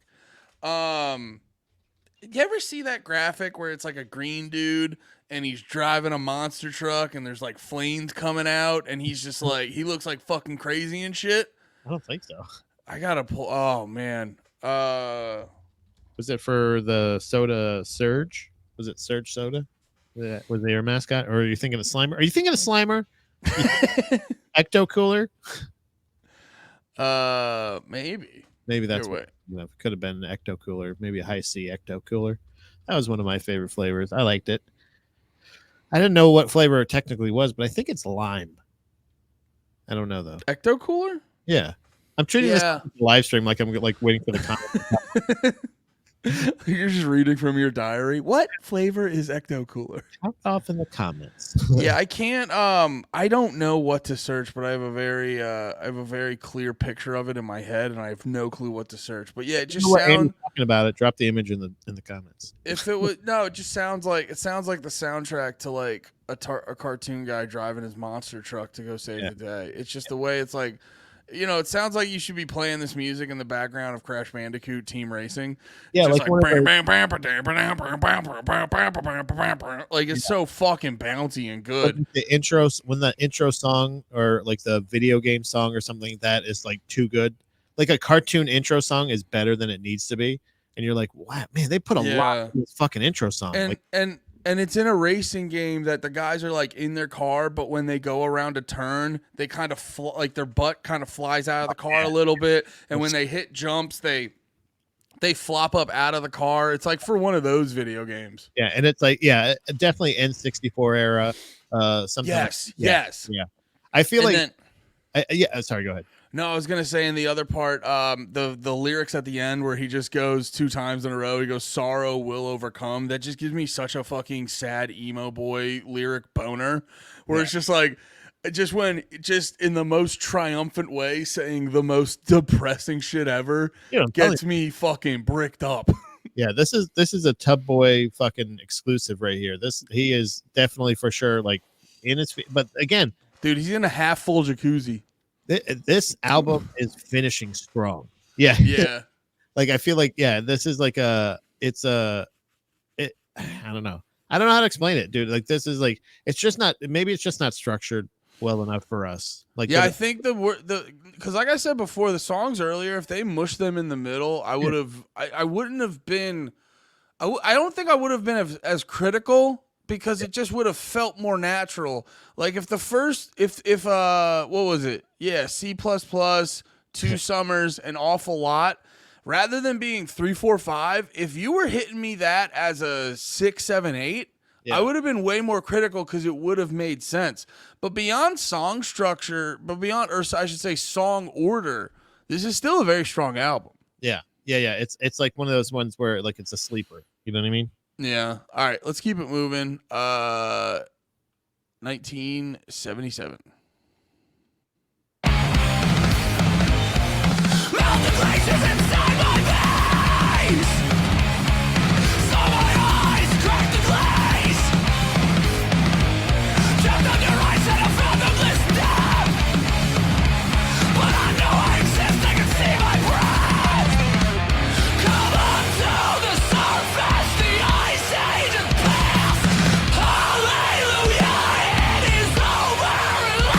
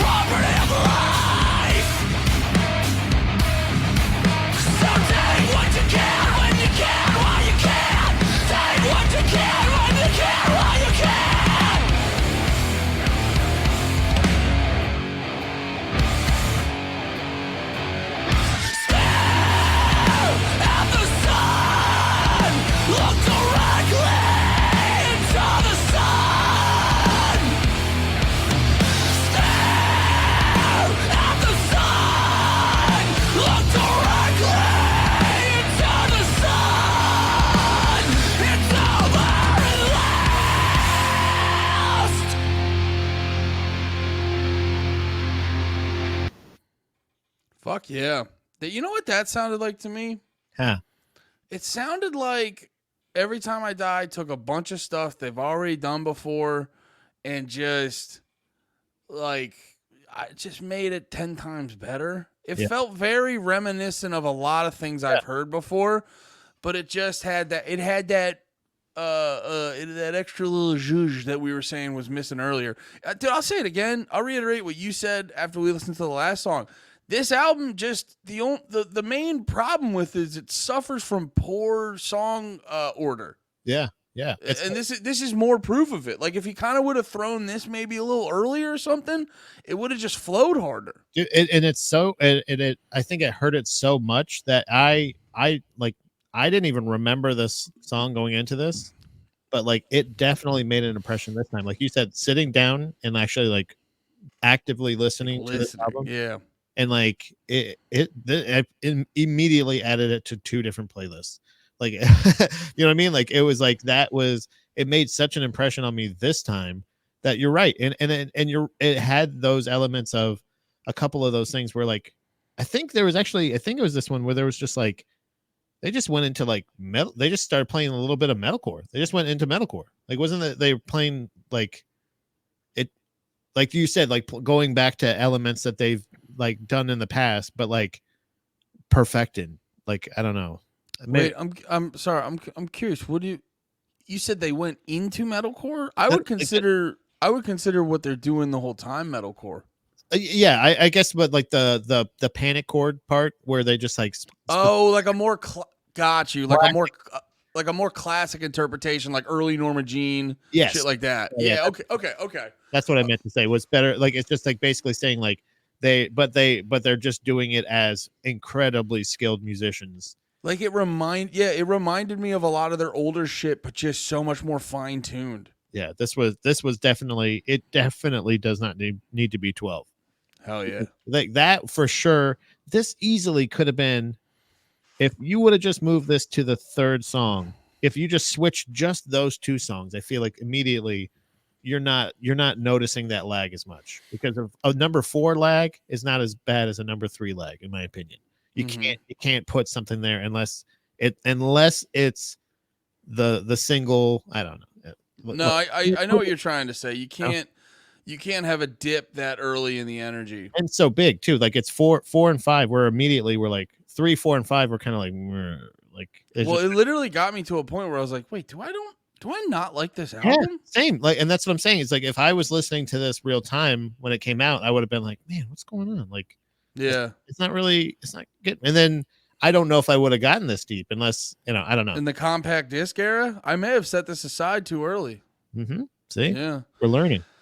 All right, let's get into the last song on the main album. We do have 2 bonus tracks, but this, and I'm curious your take. And Pat, I want you to be unbiased. I don't want you to be influenced by anything I'm about to say right now. But this music video, no, this music video provides me one of the best video, and it's an all-encompassing thing, visuals and music power packed together. But like this video, I'm very excited to watch it in because it provides me the most unspecified feels. You know when you get the feels and you can't 100% pinpoint it, but you're like, I feel a lot right now. Okay, yeah, that just gets you emotional. Yeah, this one hits me in the feels in a weird way. This is Map Change, which, fun fact, was the last song to be ever played at Warped Tour. And they kept hitting the riff until the sound guys physically turned off the equipment. Like Jordan would not leave the stage. It's like a long video. Here, wait, I'll pull it up real quick. It's like a Map Changes Warped Tour. Yeah.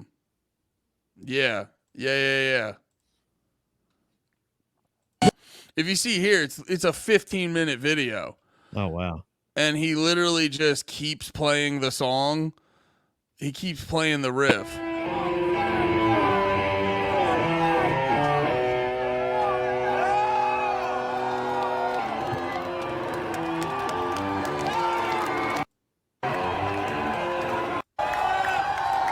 Yeah, yeah. At a certain point, they just had to turn it off because they're like, we have to stop at some point, dude. That's so cool. But yeah, no, I always thought it was cool that every time I got to play the last song ever at Warped Tour. Yeah, hell yeah. Yeah. All right, here's map changes. Hopefully, Pat likes it. It's supposed to be cold. There's goddamn buffalo. People need to learn how to do it.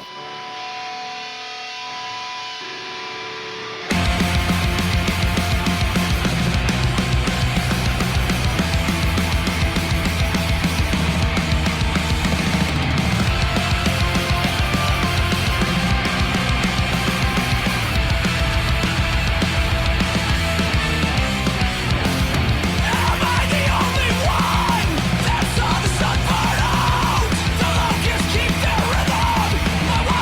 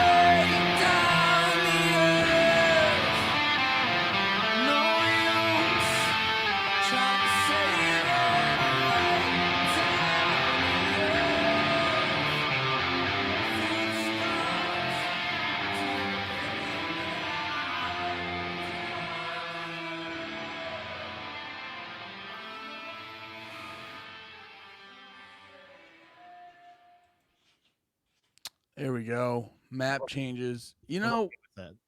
I I noticed something for the first time watching the video today. Huh. The first black guy you see in the video is stealing something. That was I don't know. I don't know who edited. I don't know who.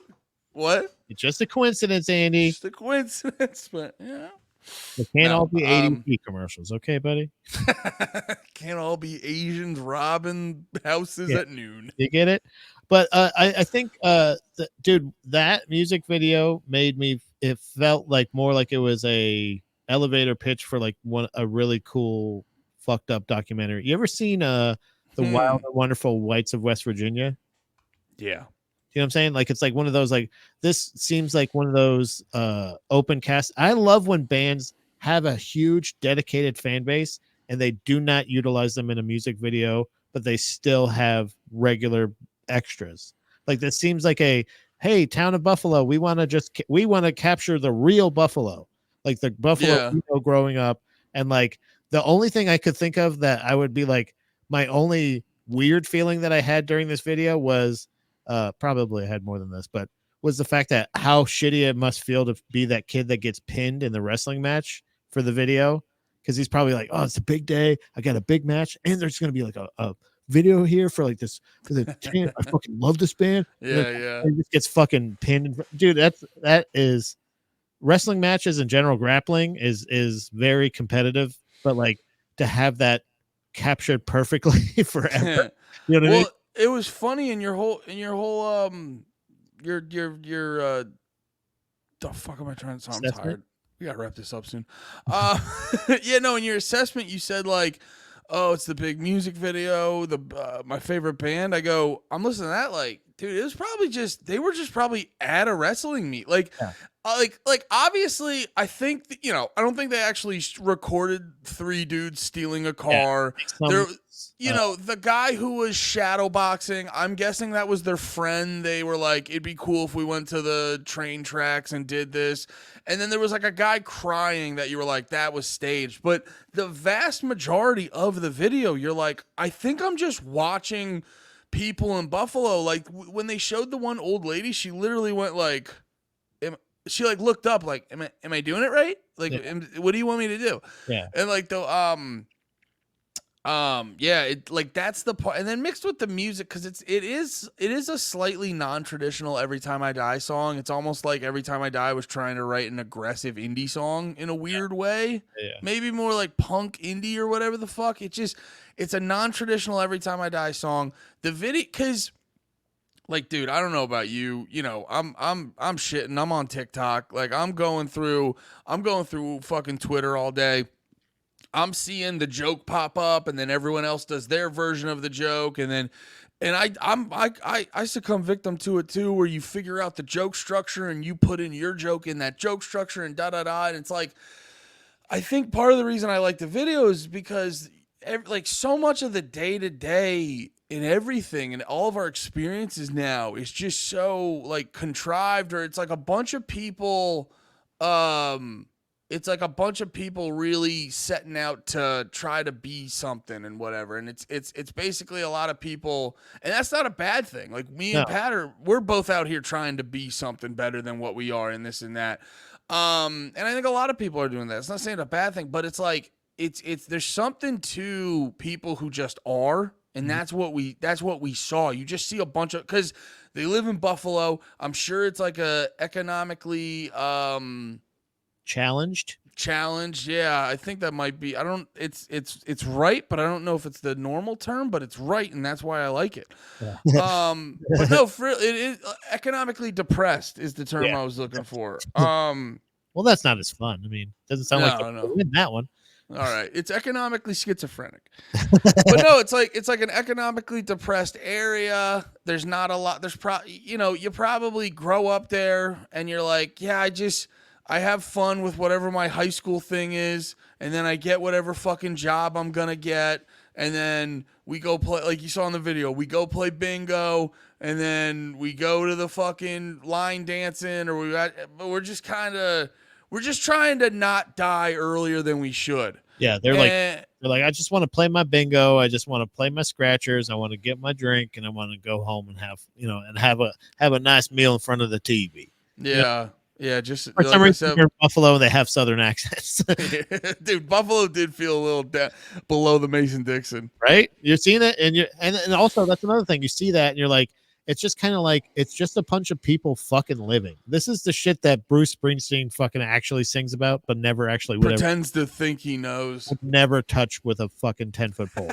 He'd go send my boy out there and take some footage of the scam playing with. Tell my assistant to go and tell me what it's like. All right. All right. I'm ready to wrap this up, but we got 2 more, so let's power through these, Patrick. Let's go. Let's do go. it. All right. Skin Without Bones. Let's go. Uh-oh. Sometime today.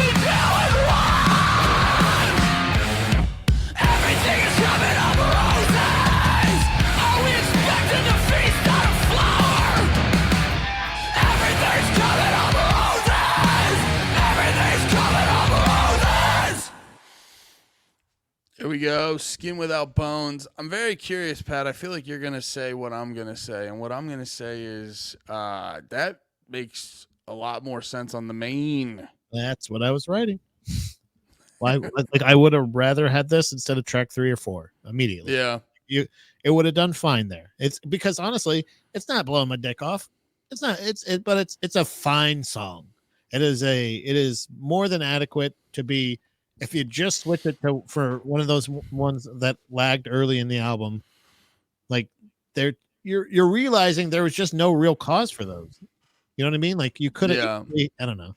It had a lot more razzle. It had a lot more dazzle. I think. I'm loving both of the razzle and the dazzle, but not enough that apparently that it made it on the main tracks. I don't. Yeah. No, I think I liked it. It bounced all over the place. It had that like fine-tuned chaos that they're really good at, where it went a bunch of places, but it didn't seem like, because a lot of time, I forget what band it was, but I was listening to this one band and they were doing like all these tempo changes, but they were kind of cheating because they would do one part and then they'd pause for like 2 beats and then they'd come in with a new part. And you're like, that's not creative at all. You just wrote these parts and you stopped in between them. Yes. The way that they sort of intertwined all the ins and outs and the different aspects of each section, the flow of it was impressive. Yeah, I think this is more than like it's more than just like a preference thing. It's not like oh, am I wrong here or something? Like it's not like I like this song more than 3 or 4. It just works better in the flow of the album. Yeah. It's like just it's not the other ones are good, but they're, like I said, they're just not. All of the best songs on this album are either so well thought out and done with like what's the one with Brendan Urie again? I apologize. That's funny. It's called It Remembers, and you didn't. It did not. So I think that one, like, even though it's like one that I'm not like super crazy about, it still fits with this album. Like the other songs, they just lag. This one is a little bit all over the place, but it still fits in the theme more. That's the best way to put it. It fits with the theme better. Yeah, but again, hey, whatever. What the fuck do we know, right? We're not. We take showers. Except fucking everything. Yeah, we shower, not bathe. All right, last one. Nothing Visible, Ocean Empty.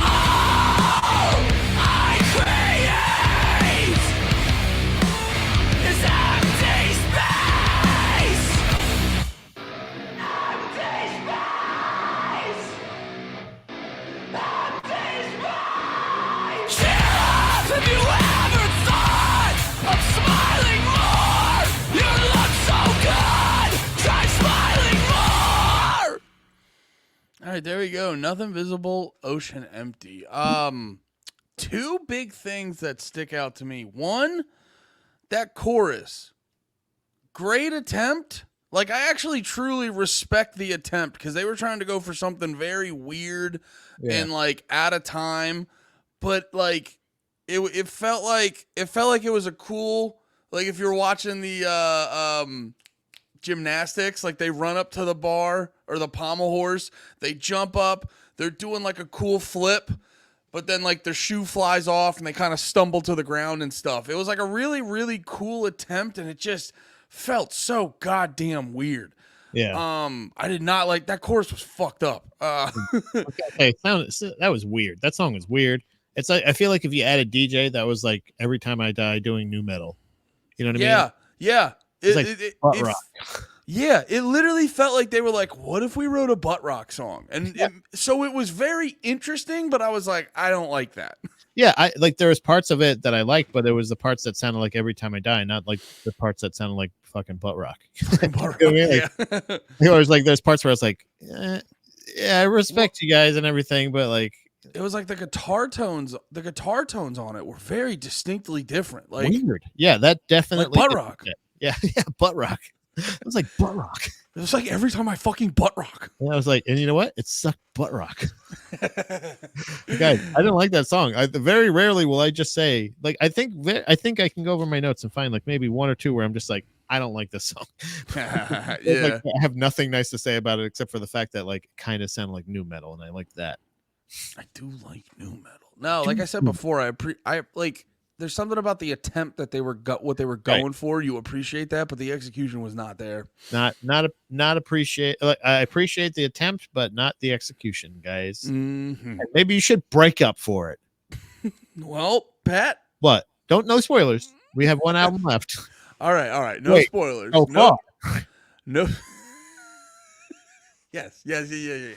Dude, what if we finish this? They haven't written. Well, this is their most recent. They could still write another one, as far as you know. Right. You know what I mean? But yeah. I need a sequel to Radical. Exactly. So, to the best of your knowledge, this is the next, but not the last. Penultimate. Next week. Okay. All right. I don't know if we were stopping there or not. Oh. I didn't know what you were trying to signal to me. I actually died for a second just now. Oh, okay. I died multiple times during these, so you're in good company. All right. That was X Lives. No. That was low. Sorry. Damn it, we got to start all over again. Oh God, we got to go back to the middle. That was from Parts Unknown, guys. No, that was no. You know what it was? The album covers fuck me up on those because it's like the same color scheme. Yeah. And I don't know why, but I get it wrong in my head all the time.